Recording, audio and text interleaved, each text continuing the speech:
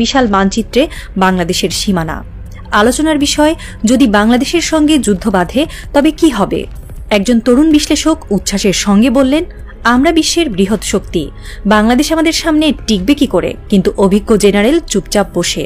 তিনি ধীরে ঝুঁকে ঠান্ডা গলায় বললেন, এই ভুল ভাবনা তোমাদের ধ্বংস ডেকে আনবে। বাংলাদেশ ভুগবে ঠিকই, কিন্তু ভারত টুকরো হয়ে যাবে।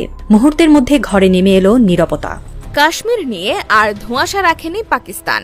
মুখ খুলে স্পষ্ট করে সরাসরি যুদ্ধ ঘোষণার মতো এক বার্তা দিয়ে দিল সেনাপ্রধান জেনারেল আসিম মনির। ১৩ লাখ ভারতীয় সেনার দিকে তাকিয়ে তিনি বলেছেন, তাদের আমরা ভয় পাই না, কাশ্মীর আমাদের ছিল, আছে, থাকবে। প্রয়োজনে 10টা যুদ্ধ করব, তবুও কাশ্মীর ছাড়ব না। এবং এই বক্তব্য প্রকাশ্যে এসেছে মাত্র কিছুক্ষণ আগে। ভারতীয় গোয়েন্দা মহল, দিল্লির নীতি নির্ধারক মহল এখন কার্যত স্তব্ধ। কারণ এটা আর পুরনো কোনো রুটিন বিবৃতি নয়, এটা বাস্তব যুদ্ধের আগমনী সংকেত। পাকিস্তান সেনাপ্রধান স্পষ্ট জানিয়ে দিয়েছেন, কাশ্মীর তাদের ঘাড়ের শিরা। এই শব্দচয়নে যথেষ্ট বুঝতে এবার পাকিস্তান আর কূটনীতির পেছনে লুকিয়ে থাকবে না। আর এই ঘোষণার গভীরে আছে ইতিহাস, আবেগ আর রাজনীতি, যেখানে মোদির ভারত এখন চাপে, কৌশলে পরাজিত এবং সবচেয়ে ভয়ঙ্কর, ভিতরের আতঙ্কে বিপর্যস্ত। কথায় আছে, যারা বেঈমান সব জায়গায় বেঈমানি করে। শেখ হাসিনা বাংলাদেশ থেকে পালিয়ে ভারতে আশ্রয় নিয়েছে, কিন্তু এবার ভারতের থেকেও ভারতের বিরুদ্ধে কথা বলছে এবং ভারতের বিরুদ্ধে অ্যাকশন শুরু করেছে শেখ হাসিনা। এবার রীতিমতো খেপে গেল ভারতের মিডিয়াগুলা শেখ হাসিনার উপর। দর্শক, অত্যন্ত গুরুত্বপূর্ণ আজকের এই ভিডিওটি, কেউ স্কিপ করে যাবেন না। এদিকে নরেন্দ্র মোদী ভারত কেন বাংলাদেশের সাথে যুদ্ধ করতে চায় না? কি এমন শক্তি রয়েছে ডক্টর ইউনূসের কাছে? আজকের ভিডিওটি খুবই গুরুত্বপূর্ণ। এবার কাশ্মীর নিয়ে গেম খেলছে ভারত। সে কাশ্মীর কার, ভারতের নাকি পাকিস্তানের? কার দখলে যাচ্ছে কাশ্মীর? এদিকে বাংলাদেশ, পাকিস্তান, চীন তিনটি রাষ্ট্র মিলে ভারতের বিরুদ্ধে কঠিন অ্যাকশনে নেমেছে। রীতিমতো বিপদে পড়ে যাচ্ছে নরেন্দ্র মোদী। দর্শক, আজকের এই ভিডিওতে খুবই চাঞ্চল্যকর তথ্য রয়েছে। কে কোন জেলা থেকে আজকে আমাদের এই ভিডিওটি দেখছেন অবশ্যই কমেন্টসের মাধ্যমে জানিয়ে দিন। দয়া করে আজকের এই ভিডিওটি আপনার সোশ্যাল মিডিয়াতে শেয়ার করে দিন। চ্যানেলে যদি নতুন হয়ে থাকেন, প্রতিনিয়ত সবার আগে আপডেট নিউজগুলো পেতে আমাদের এই চ্যানেলটি সাবস্ক্রাইব করে রাখুন ও একটি লাইক দিয়ে দেখতে থাকুন সম্পূর্ণ ভিডিওটি। বসে তিনি ধীরে ঝুঁকে ঠান্ডা গলায় বললেন, এই ভুল ভাবনা তোমাদের ধ্বংস ডেকে আনবে। বাংলাদেশ ভুগবে ঠিকই, কিন্তু ভারত টুকরো হয়ে যাবে। মুহূর্তের মধ্যে ঘরে নেমে এলো নীরবতা। বাংলাদেশের ভৌগোলিক গঠন যে কোনো আক্রমণকারী বাহিনীর জন্য এক দুঃস্বপ্ন। দেশটির ৭০% এলাকা নদী, খাল, বিল এবং নিচু জমি দিয়ে ঘেরা। পৃথিবীর বৃহত্তম বদ্বীপ সুন্দরবন এর একটি বড় অংশ বাংলাদেশে। এই জলাভূমি এবং কাদামাটির ভূমি ভারী ট্যাঙ্ক, কামান বা যুদ্ধযানের জন্য অগম্য। মৌসুমী বৃষ্টি এই পরিস্থিতিকে আরও জটিল করে তোলে, যা রাস্তাঘাটকে কাদার সাগরে পরিণত করে। ইতিহাস এর সাক্ষী। মুঘল সম্রাটরা বাংলাকে কখনো পুরোপুরি শাসন করতে পারেননি। ১৬০০ থেকে ১৮০০ শতাব্দী পর্যন্ত বাংলার সুবাহ স্বাধীনভাবে পরিচালিত হতো। ব্রিটিশ ঔপনিবেশিক শাসনের সময়ও এই অঞ্চলের গ্রামগুলোতে পৌঁছানো ছিল প্রায় অসম্ভব। ১৯৭১ সালে মুক্তিযুদ্ধে বাংলাদেশের মুক্তিবাহিনী গেরিলা কৌশল ব্যবহার করে পাকিস্তানি সেনাবাহিনীকে পরাজিত করেছিল। পাকিস্তানের শক্তিশালী সামরিক বাহিনীকে হাঁটু গেড়ে বসানো এই ইতিহাস প্রমাণ করে বাংলাদেশের ভূমি এবং জনগণের প্রতিরোধ ক্ষমতা অপরিসীম। আন্তর্জাতিক মুদ্রা তহবিল, IMF এবং বিশ্ব ব্যাংকের পূর্বাভাস অনুযায়ী ২০৫০ সালের মধ্যে ভারত বিশ্বের দ্বিতীয় বৃহৎ অর্থনীতিতে পরিণত হতে পারে। ভারতের জিডিপি বর্তমানে প্রায় ৩.৫ ট্রিলিয়ন মার্কিন ডলার এবং এটি ২০৩০ সালের মধ্যে ৫ ট্রিলিয়ন ডলার ছাড়িয়ে যাওয়ার পথে। কিন্তু যুদ্ধের ছায়া এই স্বপ্নকে ছাই করে দিতে পারে। একটি যুদ্ধ মানে বিপুল আর্থিক ব্যয়। ভারতের প্রতিরক্ষা বাজেট বর্তমানে বছরে প্রায় ৮০ বিলিয়ন মার্কিন ডলার। যুদ্ধকালীন পরিস্থিতিতে এই ব্যয় দ্বিগুণ বা ৩ গুণ হতে পারে। রুপির মূল্য হ্রাস পাবে, বিদেশি বিনিয়োগকারীরা পিছু হটবে এবং শেয়ার বাজারে মন্দা দেখা দেবে। যুদ্ধের ফলে বাণিজ্য পথ বন্ধ হয়ে যাবে, বিশেষ করে বঙ্গোপসাগরে। এটি ভারতের রপ্তানি বাণিজ্যে বিশাল ধাক্কা দেবে, যা দেশের অর্থনীতির ২০% এরও বেশি। বাংলাদেশ ও চীনের মধ্যে সম্পর্ক গত 2 দশকে অভূতপূর্বভাবে শক্তিশালী হয়েছে। চীন বাংলাদেশের বৃহত্তম বাণিজ্য অংশীদার এবং প্রতিরক্ষা সরঞ্জাম সরবরাহকারী। 2023 সালের হিসাবে চীন বাংলাদেশে $25 বিলিয়ন অবকাঠামো প্রকল্পে বিনিয়োগ করেছে, যার মধ্যে রয়েছে পায়রা গভীর সমুদ্র বন্দর এবং চট্টগ্রাম নৌঘাটির আধুনিকীকরণ। চীন বাংলাদেশকে উন্নত যুদ্ধবিমান, সাবমেরিন এবং ক্ষেপণাস্ত্র প্রযুক্তি সরবরাহ করছে। যুদ্ধের পরিস্থিতিতে চীন সরাসরি হস্তক্ষেপ না করলেও ভারতের উত্তর পূর্ব সীমান্তে চাপ সৃষ্টি করতে পারে। 1962 সালের ভারত চীন যুদ্ধের কথা মনে করিয়ে দিয়ে চীন হয়তো অরুণাচল প্রদেশ বা সিকিমে সামরিক তৎপরতা বাড়াবে। এটি ভারতকে 2 ফ্রন্টের যুদ্ধে জড়িয়ে ফেলবে, যা ভারতের সামরিক ও অর্থনৈতিক সম্পদের উপর প্রচণ্ড চাপ সৃষ্টি করবে। ইতিহাস বলে এই ধরনের দ্বি-ফ্রন্ট যুদ্ধে জয়লাভ প্রায় অসম্ভব। দ্বিতীয় বিশ্বযুদ্ধে জার্মানি এই ভুল করেছিল এবং তার ফল ছিল বিধ্বংসী। ভারতের উত্তর পূর্বাঞ্চলের 7টি রাজ্য আসাম, অরুণাচল প্রদেশ, মণিপুর, মেঘালয়, মিজোরাম, নাগাল্যান্ড এবং ত্রিপুরা সামরিক দৃষ্টিকোণ থেকে ভারতের সবচেয়ে দুর্বল অঞ্চল। এই অঞ্চল মূল ভারতের সঙ্গে মাত্র 40 কিলোমিটার চওড়া চিকেন নেক করিডোর দিয়ে সংযুক্ত।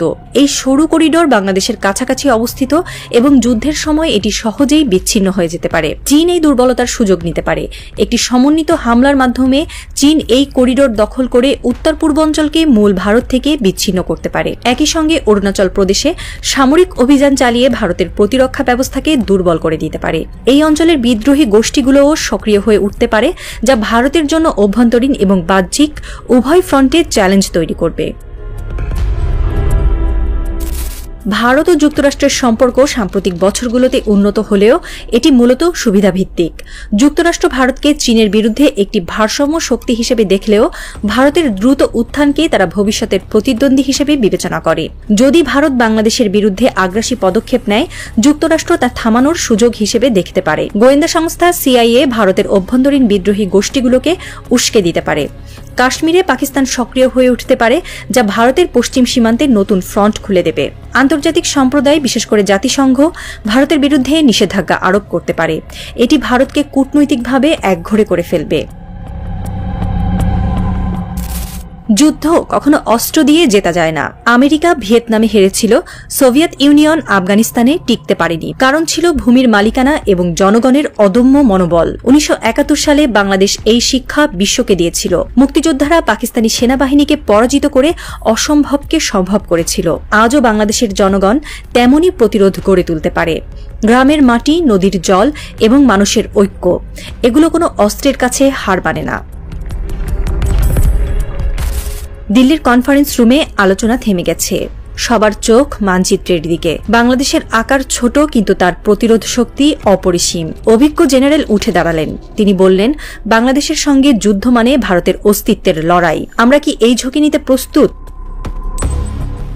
রাত গভীর হয়। সীমান্তের ওপারে পাখিরা উড়ে যায়। তারা যুদ্ধ চায় না, তারা শান্তি চায়। কিন্তু বাতাসে তখনও ঝুলে আছে একটি প্রশ্ন: শেখ হাসিনার ঘনিষ্ঠ বন্ধু মোদি কি শান্তি বেছে নেবে? ভারতের সামনে এখন সবচেয়ে বড় সংকট হলো তারা একদিকে নিজেদের ভেতরে বিদ্রোহ সামলাতে ব্যস্ত, অন্যদিকে সীমান্তে একযোগে পাকিস্তান, চীন এবং অভ্যন্তরীণ অস্থিরতার মধ্যে পড়ে গেছে।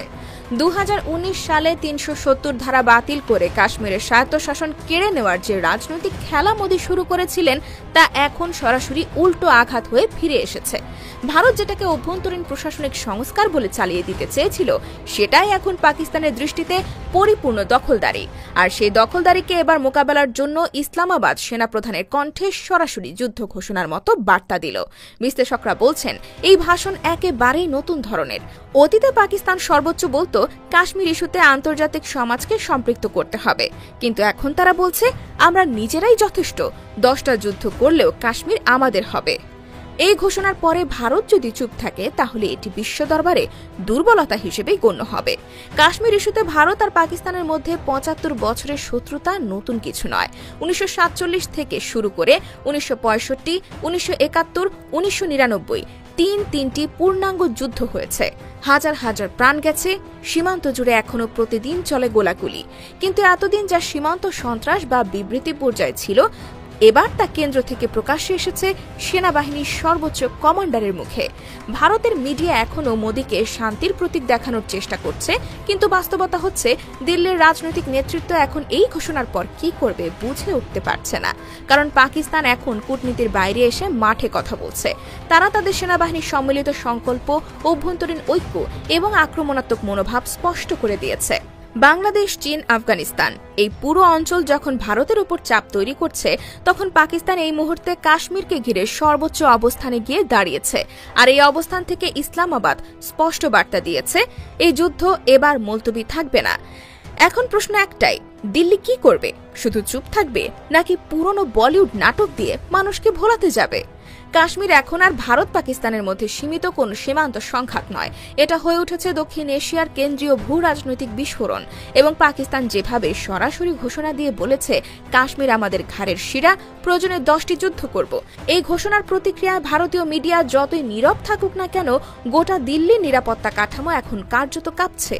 বস্তুত পাকিস্তানের এই ঘোষণার সময়টাও অত্যন্ত কৌশলগত। আন্তর্জাতিক পরিসরে যখন ইসরায়েল ফিলিস্তিন সংকট, ইউক্রেন যুদ্ধ, চীন তাইওয়ান উত্তেজনার মতো ইস্যুগুলো পশ্চিমা বিশ্বের নজর ঘুরিয়ে রেখেছে, ঠিক তখনই পাকিস্তান সেনাবাহিনী কাশ্মীরকে সামনে রেখে ভারতের বিরুদ্ধে যুদ্ধ ঘোষণা করে দিচ্ছে। এই মুহূর্তে আন্তর্জাতিক কূটনীতিক চাপ ভারতের পক্ষে ততটা নেই, যার সুযোগ নিচ্ছে ইসলামাবাদ। পাকিস্তান সেনাবাহিনীর বক্তব্য ছিল শুধু আবেগ নির্ভর নয়, তা ছিল ইতিহাস, আদর্শ, রাজনীতি এবং শক্তির উপর দাঁড়িয়ে। জেনারেল আসিম মনির তার বক্তব্যে 1947 সালের দ্বিজাতি তত্ত্ব তুলে এনেছেন। বলেছেন, আমরা হিন্দুদের থেকে আলাদা, ধর্ম, সংস্কৃতি, চিন্তা সবকিছুতেই আলাদা। আর এই আলাদা পরিচয়ের ভিত্তিতে যেভাবে পাকিস্তান সৃষ্টি হয়েছিল, সেভাবে কাশ্মীর আমাদের অধিকার। এই বক্তব্য থেকে স্পষ্ট, পাকিস্তান এবার কাশ্মীরকে রাষ্ট্রীয় পরিচয়ের অংশ হিসেবে দেখছে, কেবল ভৌগোলিক দাবি নয়। এদিকে ভারতের অভ্যন্তরেও এই ঘোষণার প্রতিক্রিয়া বিস্ফোরণ ঘটাচ্ছে। কাশ্মীরের উপত্যকায় এই ঘোষণার পর বিক্ষোভের আশঙ্কা প্রবল। 2019 সালে 370 অনুচ্ছেদ বাতিল করে মোদী সরকার যে চাপিয়ে দেওয়া শাসন ব্যবস্থা তৈরি করেছে, তা এখনো স্বাভাবিক হয়নি। ইন্টারনেট নিষেধাজ্ঞা, সেনা অভিযান, গুম, হত্যা, গণগ্রেফতার সব মিলিয়ে কাশ্মীর এখনো কার্যত সেনা শাসনের অধীনে। অথচ পাকিস্তানের এই যুদ্ধ ঘোষণায় কাশ্মীরিদের মনে এক নতুন উত্তেজনা, এক ধরনের মনস্তাত্ত্বিক শক্তি তৈরি হয়েছে, যা যে কোনো সময় আবার আগুন হয়ে ছড়িয়ে পড়তে পারে। বিশ্লেষকরা বলছেন, পাকিস্তানের এই মনোভাব আকস্মিক নয়,